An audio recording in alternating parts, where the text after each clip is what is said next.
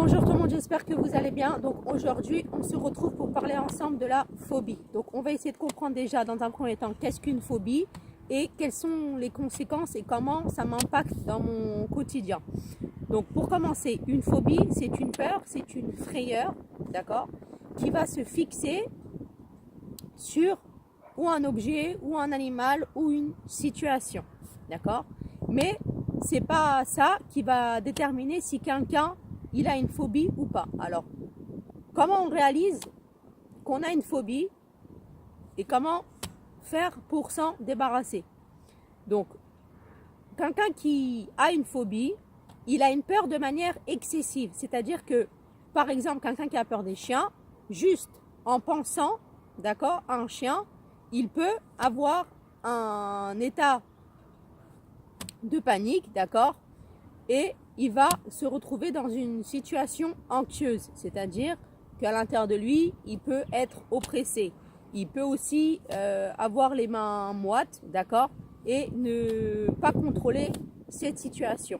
Alors, ceux qui ont une phobie, évidemment, ils savent que la peur qu'ils ont, elle est infondée et qu'elle n'est pas normale, parce que c'est pas normal, d'après ce que je viens de vous dire, juste de penser à l'animal ou à l'objet ou à la situation qui nous fait peur, d'accord, qu'on se retrouve dans cet état de panique-là, d'accord. Donc, souvent, ceux qui ont une phobie, ils savent et eux-mêmes, ils disent « Oh là là, c'est pas normal, j'ai trop peur, mais c'est pas ma faute, je contrôle pas la situation, ça me dépasse, etc. » Donc, ces personnes-là, c'est des personnes qui ont une phobie, d'accord. Si c'est d'abord juste en pensant qu'ils ont peur et ensuite leur peur, elle est vraiment de manière excessive et qui amène jusqu'à l'état de panique, c'est des gens qui ont une phobie. Parce que se retrouver face à un caniche ou face à une petite araignée, lol, eh ben, c'est pas la petite bête qui va manger la grosse, mais l'idée, elle est là, d'accord.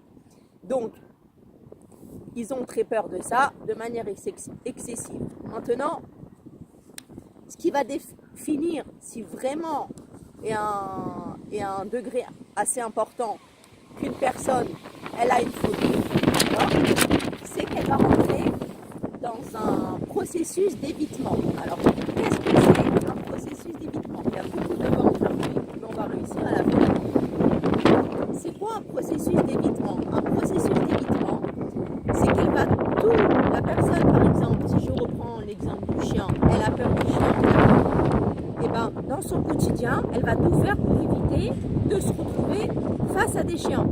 Donc par exemple, avant de sortir, elle va dire « Oh là là, j'espère ne pas avoir de chien sur ce trottoir-là. » Manque de peau, elle rencontre le chien sur le trottoir, donc à un moment donné, elle va changer de trottoir. Et puis elle va retrouver comme ça, sur sa route, plusieurs chiens. Donc à un moment donné, crise de panique, et elle va dire « Non, le mieux à faire, c'est de retourner à la maison, et au moins je ne bouge pas de chez moi, et il n'y a pas de chien. » Donc, les phobies, d'accord, ça peut être très handicapant ou pas.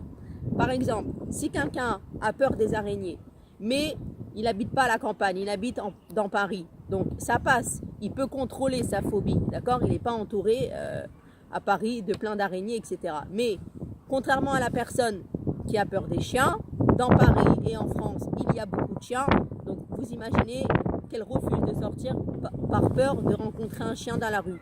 Ça, c'est problématique, d'accord. Donc, il y a des phobies qu'on vit avec, d'accord, et qu'on peut vivre avec parce que ça ne nous atteint pas vraiment dans notre quotidien. Ce n'est pas une phobie qui est vraiment handicapante, mais il y a des phobies, et ça on va en parler tout à l'heure, qui sont vraiment handicapantes. Et c'est par rapport à comment vous gérez votre phobie ou pas, qu'il faut aller ou pas contrôler. Un thérapeute, d'accord, un médecin, mais ça on verra plus tard. Donc si je reprends cet exemple de chien, d'accord, quand on rentre dans un processus d'évitement, de tout faire pour pas de se retrouver dans une situation où avec un objet ou avec un animal qu'on ne veut pas croiser, qu'on ne veut pas éviter, qu'on veut éviter absolument, etc. Et qu'on rentre dans une phase d'évitement, c'est cette phase d'évitement, d'accord, qui va déterminer que la personne, elle a une phobie ou pas. D'accord? Et ça, c'est très important de le comprendre par rapport justement au traitement qui pourra ultérieurement se mettre en place. Donc, attention, parce que même si je vous ai dit qu'il y a des phobies quand même qui peuvent être contrôlées, d'accord, il y a des phobies qui sont très compliquées, d'accord, et donc très très très vite, ça va nous impacter et ça va faire des problèmes au quotidien, ok? Parce que, voilà, l'exemple du chien, ne pas sortir de chez soi pour aller au travail, ou etc., juste aller au supermarché à côté, de peur de rencontrer un chien, au quotidien, c'est problématique, d'accord? Maintenant, ceux par exemple qui ont peur des araignées, d'accord, que ça s'appelle des personnes qui sont l'arachnophobie, c'est moins problématique pour eux de vivre dans Paris, parce que comme je vous ai dit tout à l'heure, ils ne sont pas H24 avec des araignées. Donc même s'ils ont cette phobie des araignées, à la rigueur ça passe, d'accord? Parce que voilà, ils peuvent vivre quand même au quotidien sans avoir la phobie H24 avec eux. Donc il la gère, on va dire ça comme ça, d'accord? Alors maintenant, d'où vient une phobie? D'accord? Est-ce qu'on a peur du jour au lendemain? Est-ce que ça vient seul? Comment ça fonctionne la phobie? Alors, il faut savoir que la majorité du temps, une phobie, c'est par rapport à une histoire propre qu'on a vécue. D'accord? Alors, c'est ou nous directement qu'on a vécu la chose, d'accord? Ou c'est dans notre milieu familial et donc du coup, on nous a transmis cette phobie. D'accord? Par exemple, si il vous arrive quelque chose à vous directement, par exemple, voilà, si je prends l'exemple du chien, un chien a couru dans la rue, a failli vous mordre, etc., eh ben, vous allez avoir une phobie des chiens. Maintenant, on va voir ça tout à l'heure. Quand je dis que vous avez une phobie des chiens, c'est pas tellement le chien qui est problème, d'accord? C'est juste que vous avez mis votre stress, votre angoisse sur cet animal. Mais ça, on va le voir après. Donc, si c'est vous qui n'avez pas directement cette phobie, on vous l'a transmise dans votre famille. Il y a forcément votre mère, quelqu'un de chez vous qui a la phobie des chiens. Et donc, du coup, de génération en génération, cette phobie-là, elle a pu se transmettre. D'accord? Il faut savoir qu'il y a des enfants, d'accord, qui sont phobiques. Ils ont des phobies, d'accord? Mais il n'y a pas à s'inquiéter, tout va bien. Il n'y a pas besoin de courir chez un médecin, etc. Parce que ça part à l'adolescence, d'accord? On dit que les enfants, ils ont souvent des phobies imaginaires. C'est-à-dire que voilà, ils ont peur des fantômes, ils ont peur des loups-garous, etc. Ils se font un monde à eux dans leur tête. Mais quand arrive l'âge de l'adolescence, ça part. Ok? Ensuite, il y a des personnes, par exemple, qui ont... Alors, je ne peux pas tout vous donner les exemples parce qu'il y en a tellement, mais c'est chacun aussi comment il se trouve avec cette situation ou avec cet objet ou avec cet animal. Il y en a qui sont claustro, c'est-à-dire qu'ils peuvent pas, ils ont peur de monter dans un ascenseur. Pour eux, ils vont rester enfermés dans cet ascenseur, d'accord? Donc la claustrophobie, c'est le fait d'être enfermé, etc. Et ben, il y en a qui ont peur de ça. Il y en a aussi qui ont peur de l'avion. Alors, c'est pas l'avion le problème, mais des transports, d'accord? Tout ce qui est transport, etc., ils ne peuvent pas monter dedans.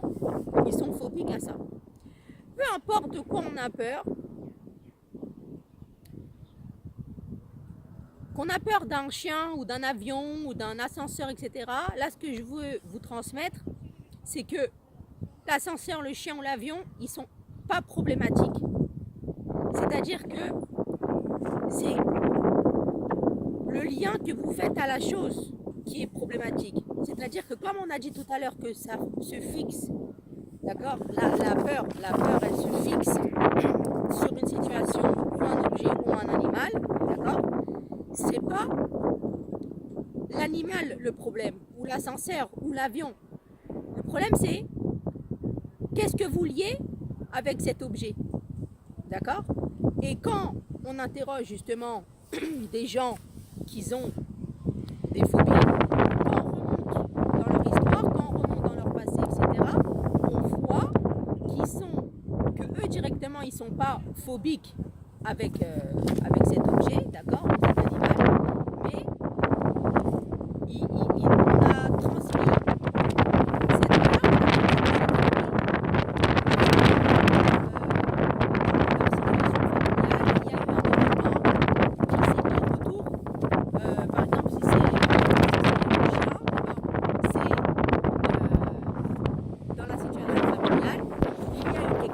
autour du chien qui a fait que